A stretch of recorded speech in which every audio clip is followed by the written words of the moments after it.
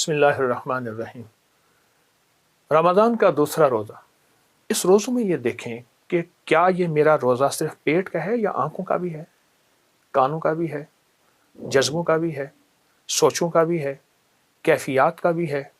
یہ سوچیں میرا روزہ کیسے ہو، میں روزے کے ساتھ ہوں، کیا تنہائی میں موبائل میرے پاس ہے، کیا میری آنکھوں کا روزہ ہے؟ کیا تنہائیوں میں میں ایسی جگہ جھانک رہا ہوں جہاں مجھے کوئی نہیں دیکھ رہا سوائے اللہ کے؟ کیا میری آنکھوں کا روزہ ہے؟ کیا میرے کانوں کا روزہ ہے؟ کیا میری زبان کا روزہ ہے؟ اور سارے روزوں کے بعد صرف ایک اکیلا روزہ اور کہوں گا، کچھ بھی نہ ہو، میں تنہائیوں میں ہوں، کیا میری تنہائیاں بھی روزے دار ہیں؟ آج دوسرا روزہ ہے۔ دوسرے روزے میں مشق کر لیں کہ ہم نے انشاءاللہ اپنے سارے جسم کو روزے دار بنانا ہے، صرف پیٹ کو نہیں۔ بھوکا رہنے کا نام روزہ نہیں ہے اللہ والو، بھوکا رہنے کا نام روزہ نہیں۔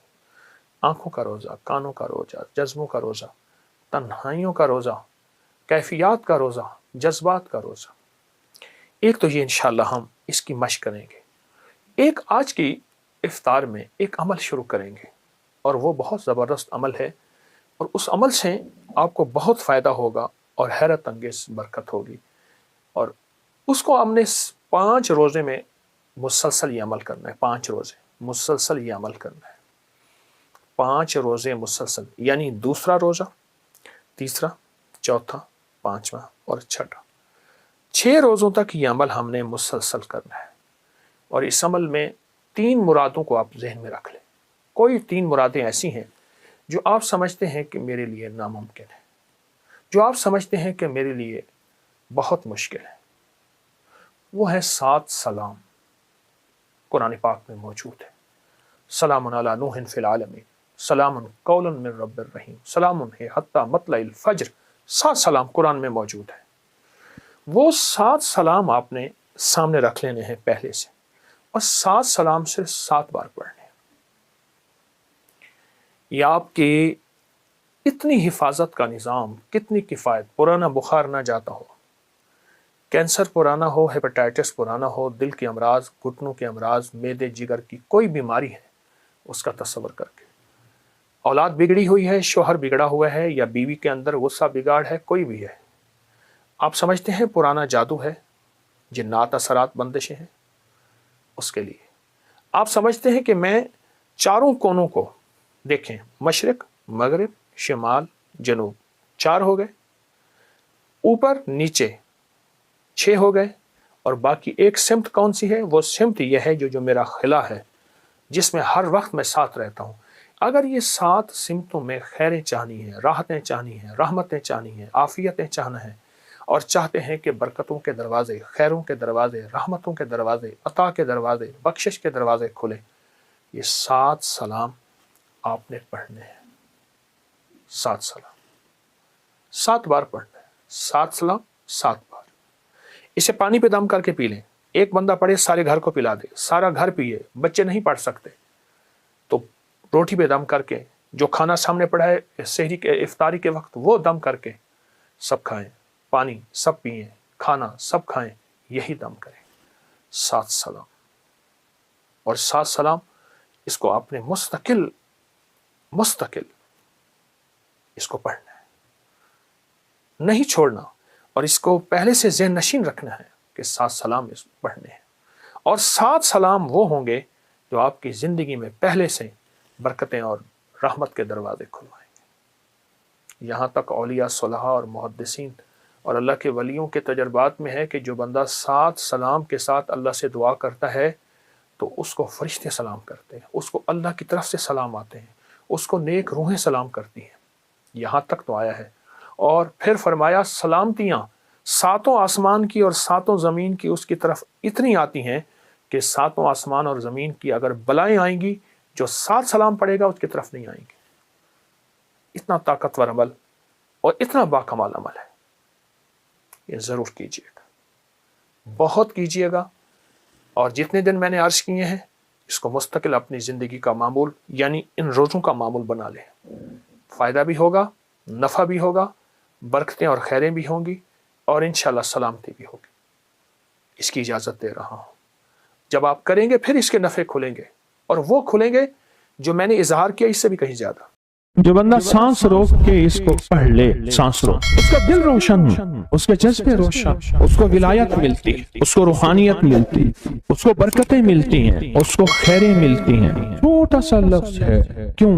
فرشتوں کی تبدیلی کا وقت ہے۔ عصر کے وقت جو بندہ عمل کرے گا اس کو 2 فرشتے ملیں گے، آنے والے بھی جانے والے۔ کسی بھی نماز میں 2 فرشتوں کی آمد نہیں ہوتی، ایک فجر میں اور ایک عصر میں، ایک آنے والے ایک جانے والے۔ آنے والے کہیں گے یا اللہ یا لا یجلیھا لوقتھا الا ہو، پڑھ رہا تھا، اللہ پاک فرمائیں گے اس کا جذبہ کیا تھا؟ یا اللہ اس کا جذبہ تھا دل روشن ہو جائے، زندگی روشن ہو جائے، اندھیروں سے نکل جاؤں، دل کی دنیا آباد ہو جائے، من کی دنیا آباد ہو جائے اور جذبوں کی دنیا آباد ہو جائے، یا اللہ یہ جذبہ تھا۔ اور ایک فجر کا وقت ہوتا ہے جس فجر کے وقت میں یہ 2 چیزیں تبدیلیاں ہوتی ہیں۔ عصر کے وقت ایک اور بھی فیصلہ ہوتا ہے، وہ اولاد اور نسلوں کا فیصلہ ہوتا ہے۔ یہ میری بات یاد رکھیے، اولاد اور نسلوں کا فیصلہ عصر کے وقت ہوتا ہے۔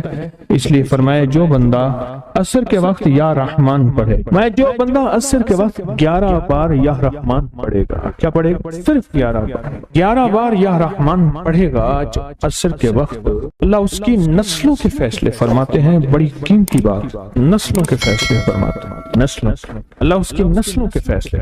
اس وقت بے اولادی بڑھ رہی ہے، بہت بڑھ رہی ہے، حد سے زیادہ بڑھ رہی ہے، بے اولادی بہت بڑھ رہی ہے اور حد سے زیادہ بڑھ رہا ہے۔ اللہ اس کی نسلوں کے لیے فیصلے فرماتا ہے۔ دیکھیں اللہ نے 2 چیزوں کو فرمایا ہے کہ تم ان کو پسند بھی کرتے ہو اور اس پہ تمہیں فخر بھی ہے، المال والبنون، ایک مال اور ایک بیٹے۔ یہ تمہارے لیے 2 چیزیں پسندیدہ ہیں، مال اور بیٹے۔ فجر کے وقت مال ملتا ہے، عصر کے وقت بیٹے ملتے ہیں۔ عجیب بات، فجر کے وقت کیا ملتا ہے بولے، اور عصر کے وقت، اچھا فجر اور عصر کی تقسیم ہے، عجیب تقسیم ہے۔ عصر کے وقت طلسمات بہت ٹوٹتے ہیں، یا تو بہت ٹوٹتے ہیں، بندشیں بہت ٹوٹتی ہیں، کیونکہ عصر کا وقت اصل میں بڑا نازک ہے۔ ظہر اور مغرب کے درمیان کا نازک وقت، انسان نے ظہر کو وقفہ کیا، فجر کا کام کیا ہوا ہے، اب وہ اس کو مغرب قریب نظر آتی ہے، اور یہ نماز بہت حساس نماز، بہت حساس، بہت حساس۔ فجر کا جو بندہ فجر کو قیمتی بنا لے گا، اللہ اس کی نسلوں میں روزی نہیں چھینے گا، اس کی نسلوں میں رزق نہیں چھینے گا، اس کی نسلوں کے اندر روٹی نہیں چھینے گا، اس کی نسلوں میں قرضے نہیں ہوں گے، اور اس کی نسلوں میں فقر نہیں ہوگا، اس کی نسلوں میں غربت نہیں ہوگی، اور اس کی نسلوں میں مفلسی نہیں ہوگی۔ اور لفظ مفلسی فلوس سے ہے، فلوس کہتے ہیں مال کو، پیسوں کو، عرب میں کہتے ہیں فلوس معافی، پیسے نہیں ہیں، مفلسی فلوس سے نکلی۔ اللہ پاک اس کی نسلوں سے مفلسی نہیں دیں گے جو فجر کے وقت کو قیمتی بنا لے۔ تھوڑا سا وقت فجر کا، اور ہے نازک سا وقت، عصر کا وقت بھی بڑا نازک سا ہے، آیا اور گیا۔ ظہر کا وقت بہت لمبا، مغرب کا وقت عشاء تک، عشاء کا وقت فجر تک، فجر سے پہلے سارا عشاء۔ عصر کا وقت بہت نازک ہے اور فجر کا وقت بہت نازک۔ یہ 2 وقت فیصلوں کے ہیں، اور ان 2 وقتوں میں جو بندہ فیصلے کروا لے وہ اندھیری دنیا سے نکل جائے گا، بیٹے، نعمتیں، رزق، عزتیں اور برکتیں پائے گا۔ اور میں نے پہلے بھی عرض کیا کہ فرشتوں کو دوست بنائے، فرشتے جب دوست بن جائیں گے ہمارے ہر کام میں، ہر مشکل میں ہمارا ساتھ، ان سے ہمارا تعلق بن جائے گا، ان سے ہمارا انس ہو جائے گا، ان سے ہماری دوستی ہو جائے گی، انس ہو جائے گا، دوستی ہو جائے گی۔ پھر جو کام کہیں گے وہ فرشتے ہمارے کاموں میں لگ جائیں۔ کیوں؟ اللہ نے فرشتے بنائے اس لیے ہیں، اور اگر ان کو ہم کام کہہ رہے ہیں تو یہ شرک نہیں ہے، اللہ نے تو بنائی ہماری خدمت کے لیے ہیں۔ مثلا ایک بندہ اپنے کسی خادم کو کہتا ہے مجھے پانی پلا دے، تو ساتھ بیٹھا کہتا ہے کہ شرک کر رہا ہے۔ کیوں؟ تجھے تو اللہ سے پانی مانگنا تو بندے سے مانگ رہا ہے، تجھے تو اللہ سے مانگنا تھا، بندے سے کیوں مانگ رہا ہے؟ اللہ نے اس بندے کو میری خدمت کے لیے مقرر کیا ہے، میں اس سے اگر مانگ رہا ہوں میں مجرم تو نہیں ہوں۔ عصر کے وقت کو قیمتی بنا اور فجر کے وقت کو قیمتی بنا۔ فجر کے جو لمحات ہیں، یہ فجر کے جو لمحات ہیں یہ رزق کے لیے بہت زبردست ہیں، اور رزق روحانی اور رزق جسمانی۔ جو کہتے ہیں میرے گھر میں رزق ختم نہ ہو، میری نسلوں میں رزق ختم نہ ہو، اور میری نسلوں میں فاقے نہ ہو، غربت نہ ہو۔ بڑے تمنگر دیکھے، بڑے مالدار دیکھے، ایسے لوگ دیکھے جن کے پاس خزانے ہی خزانے تھے، لیکن فقر اور فاقے کی جب لپیٹ میں آئے تو ہر چیز ختم ہو گئے۔ کیونکہ جب دینے پہ آتا ہے ان گنت دیتا ہے، اور جب لینے پہ آتا ہے ان گنت لیتا ہے، اور اتنا لیتا ہے کہ فقر، فاقوں اور غربت کی انتہا ہو جائے۔ اپنی زندگی کے سفر میں ان 2 اوقات کو قیمتی بنا۔ کالی دنیا سے نکل جائیں گے، اچھا پھر کالی دنیا کے ساتھ کالے روگوں سے نکل جائیں گے۔ ایسے روگ، ایسے مسائل، ایسے مشکلات جو مجھے زندگی میں الجھا دیں، جو میرے رزق میں مجھے الجھا دیں، جو میری صحت میں مجھے الجھا دے، جا ناکامیاں اور پریشانیاں میرے ارد گرد پیدا کر دے اور میرے حالات میں مجھے تنگیاں آ جائیں، میرے حالات میں مجھے سختیاں آ جائیں، کالے روگ ایسے ہوں، لوگ مجھے چھوڑ دیں، لوگ مجھ سے منہ موڑ جائیں، مجھے چھوڑ دیں، مجھ سے منہ موڑ جائیں، اور بیماریاں ایسی ہوں، چھوٹی سی بیماری ہو، چھوٹی سی، 2 لمحے ہیں، 2 وقت ہیں، ایک عصر کا وقت اور ایک فجر کا وقت، ان 2 لمحوں اور 2 وقتوں میں اپنی زندگی کا تھوڑا سا فارغ کر، تھوڑا سا فارغ کر، کالی دنیا یوں گئی، کالے لوگ یوں گئے، کالے روگ یوں گئے، چل ہر چیز گئی، ختم، ہر چیز ختم ہو، ہر چیز گئی، اور زندگی میں چین، سکون، راحت، رحمت، عزت، برکت اور سکون اور خوشیاں، خوشحالیاں اور خوشیاں، خوشحالی۔ اگر ہمارا دل روشن ہو جائے تو ہم اندھیرے کے سفر سے نکل آئیں۔ اس کے لیے کام کریں۔ 2 وقت ایسے ہیں جن میں فرشتے آتے ہیں، 2 وقت ایسے ہیں جن میں فرشتے آتے ہیں، ایک وقت فجر کا ہے، ایک وقت عصر کا ہے۔ یہ 2 وقت ایسے ہیں جو فرشتوں کی حاضری کا وقت ہے۔ جو عصر کو آتے ہیں فرشتے، ان کی خدمت جو تبدیل ہوتی ہے وہ پھر فجر کو ہوتی ہے، جو فجر کو آتے ہیں ان کی خدمت تبدیل ہوتی ہے، وہ عصر کو ہوتی ہے۔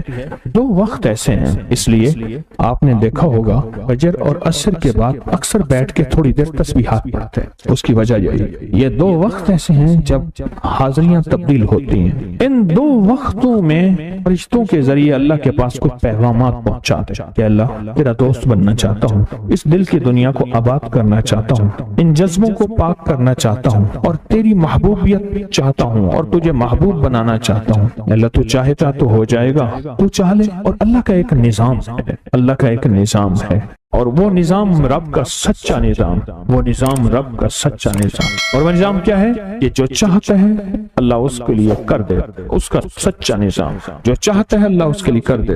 اس لیے عصر کی نماز کے بعد جو شخص عصر کی نماز کے بعد کیا کرتا ہے، لا یجلیھا، بس سانس روک کے پڑھ لے، جتنی دفعہ پڑھ لے۔ عصر کی نماز کے بعد، عصر کی نماز کے بعد بڑے فیصلے ہوتے ہیں، اور فجر کی نماز کے بعد بڑے فیصلے ہوتے ہیں، طاقتور فیصلے ہوتے ہیں، بہت طاقتور فیصلے ہوتے ہیں۔ لا یجلیھا لوقتھا الا ہو۔